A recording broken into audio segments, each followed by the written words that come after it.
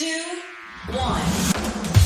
7 things you probably didn't know you need to know. I'm Jamie East, and this is the Standout 7. Over the next 7 minutes or so, we'll look back at a week that saw COP27 wrap up in Egypt, the World Cup kick-off in Qatar, and more brutal attacks on Ukraine.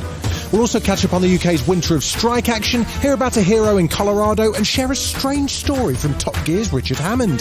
This is the Standout 7 from the Smart 7. Don't you forget to hit that follow button to get your daily updates at 7 a.m. It's been a long time coming, but the 2022 World Cup finally kicked off in Qatar on Sunday, with Ecuador beating the host country in the opening game. That's the first time the host country has ever lost the opening game of the tournament, and it was just the icing on the cake for Qatar and a difficult start to the World Cup. What was intended to be a showcase for the Gulf state has instead turned into the World Cup of awkward, as alcohol sales were banned and the human rights record of Qatar came into sharp focus.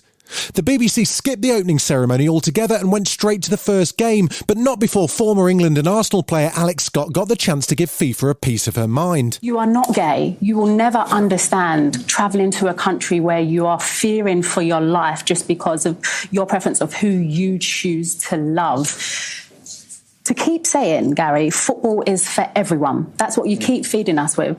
We sit here and it's not. The next row revolved around the plans by 7 European nations to wear One Love armbands to express solidarity with LGBTQ+ rights. However, when FIFA threatened the captains of the teams, including England and Wales, with yellow cards if they wore the bands on the pitch, the teams scrapped the plan.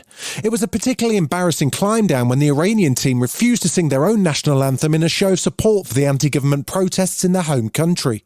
Roy Keane on ITV's panel felt that both Harry Kane and Gareth Bale should have stepped up and had the courage of their convictions. I think it was a big mistake. I think both players, particularly obviously we're talking about Wales and England here, should have stuck to their guns and done it. Whatever pressure from outside and from their own associations, have the belief. If that's what you believe, then go with it. It's been another brutal week for Ukrainians as Russian strikes once again targeted power and water infrastructure. The strikes killed at least 10 people and left huge swathes of the country in darkness, with Ukrainian President Zelensky speaking to the UN and describing the Russian strikes on the power network as crimes against humanity. Ukrainian MP Kira Rudik told Sky News Kyiv has been experiencing power outages every single day in different parts and people are worried. The main thing that we feel right now is that we can only go through this winter together, that we will need to take care not only of ourselves, but of the people around us, and that the responsibility is to get every single Ukrainian through the winter. There was also an unexpected intervention from Boris Johnson this week, who annoyed the German government with this claim that they wanted Ukraine to lose quickly. I'll tell you a terrible thing. The German view was at one stage that if it were going to happen, which would be a disaster, then it were better for the whole thing to be over quickly and for Ukraine to fall. Berlin later dismissed the former PM's comments as utter nonsense. Thursday saw Belarusian President and Putin ally Alexander Lukashenko warning that if they want to avoid total destruction, it's up to Ukraine to stop the war. Truly, everything is in Ukraine's hands right now. If they don't want the death of a huge number of people, it will be difficult, complex, challenging, but if they want to recover, this needs to stop. Because next will be the complete destruction of Ukraine. Meanwhile, the Director General of the International Atomic Energy Agency, Rafael Mariano Grossi, talked to social media to emphasise their commitment to protecting Ukraine's nuclear plants. We are making progress in establishing a nuclear safety and security protection zone around the Zaporizhzhia site. Wednesday saw bad news for fans of Braveheart as the Supreme Court dealt a blow to Scottish First Minister Nicola Sturgeon's plan for a so-called Indie Ref 2. It declared that a second vote on independence by the Scottish Parliament could only proceed with Westminster's permission. It was a unanimous decision announced by Justice Lord Reid. The Scottish Parliament does not have the power to legislate for a referendum on Scottish independence. Scotland's First Minister had planned for another referendum next October. Nicola Sturgeon says she's disappointed at the ruling and that the idea of the UK being a voluntary union is no longer a reality. Let's be absolutely blunt. A so-called partnership in which one partner is denied the right to choose a different future, or even to ask itself the question, cannot be described in any way as voluntary or even a partnership at all. Sturgeon later announced the SNP will use the next general election as a de facto referendum on Scottish independence, saying a special party conference will meet in the new year to make plans for a vote. The party's Westminster leader, Ian Blackford, says democracy is at stake and will not be denied. If Westminster keeps blocking our democratic decisions, lawfully and democratically, Scotland will find a way out of this union. Thursday saw confirmation that nurses in England, Wales and Scotland will strike for 2 days in December as the governments refuse to reopen pay talks. That comes on top of the Royal Mail strike, which saw 115,000 postal workers walk out during the UK's busiest day of industrial action this year. Their 48-hour strike continues today, and there's more action planned next week in the ongoing dispute with Royal Mail over working conditions, pay and proposed structural changes to the company.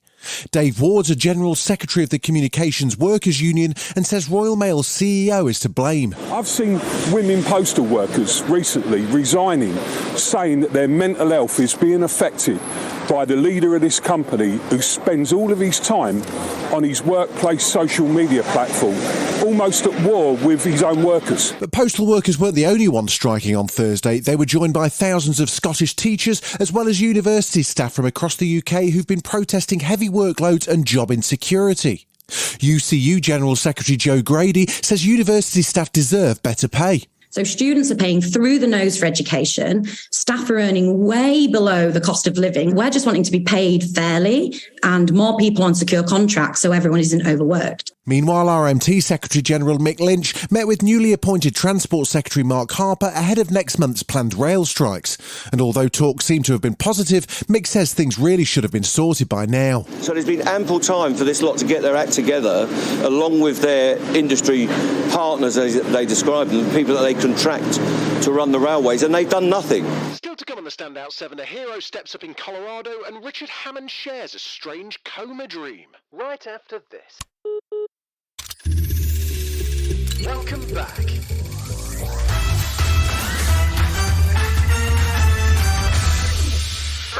The COP27 climate summit concluded on Sunday after 2 weeks of difficult negotiations in Egypt's Sharm el-Sheikh. The agreement set up a fund for developing countries to claim for loss and damage resulting from climate change, and President of COP27 Sameh Shoukry was hopeful that the deal will send a positive message. I call upon all of you to view these draft decisions not merely as words on paper, but as our collective message to the world that we have heeded the call of our leaders and of the current and future generations. The result's a victory for poorer nations who are struggling with the costs of climate impacts like flooding and drought, and Fiona Harvey of The Guardian says it's important to recognise that those nations need help.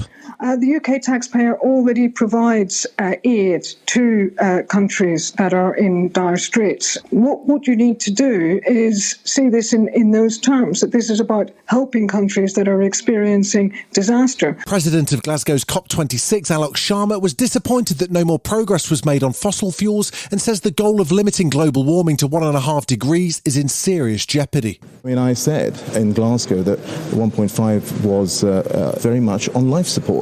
And the world has to recognise, and countries have to recognise, that if we do not act on this issue now, it will overwhelm us and will overwhelm every country on earth at the end of the day. In the United States, the Colorado Springs LGBTQ nightclub owner has praised the man who helped stop the shootings. 5 people were killed and 17 others injured there in a mass shooting over the weekend. Nick Grzecha, the co-owner of Club Q, said a big thank you was due to Richard Fierro for saving countless lives.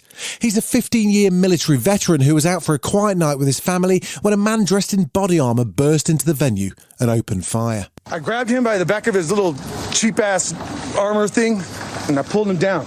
And then I started wailing on this dude. And I'm on top of him. I'm a big dude, man, and this guy was bigger.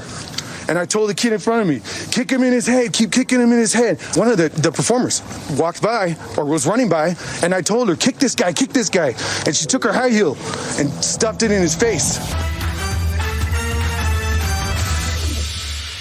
Richard Hammond, affectionately known as the hamster to his Top Gear, now Grand Tour colleagues, is without doubt the short king of car shows. But things very nearly ended extremely badly in 2006 when he had a horrific crash at about 300 miles an hour in a vampire dragster, which saw him in a coma for 2 weeks and fighting for his life.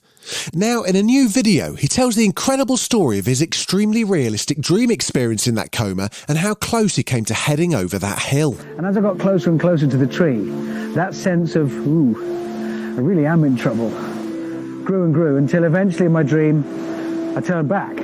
Mindy told me her side of the story because at the same time, things aren't looking good. And apparently she roared and screamed and swore at me, "Don't you dare die." And that's when I turned back from this tree in my dream, and that's when I woke. This has been the Standout 7, the best of the week from the Smart 7. We'll be back tomorrow, 7 a.m. with the Sunday 7.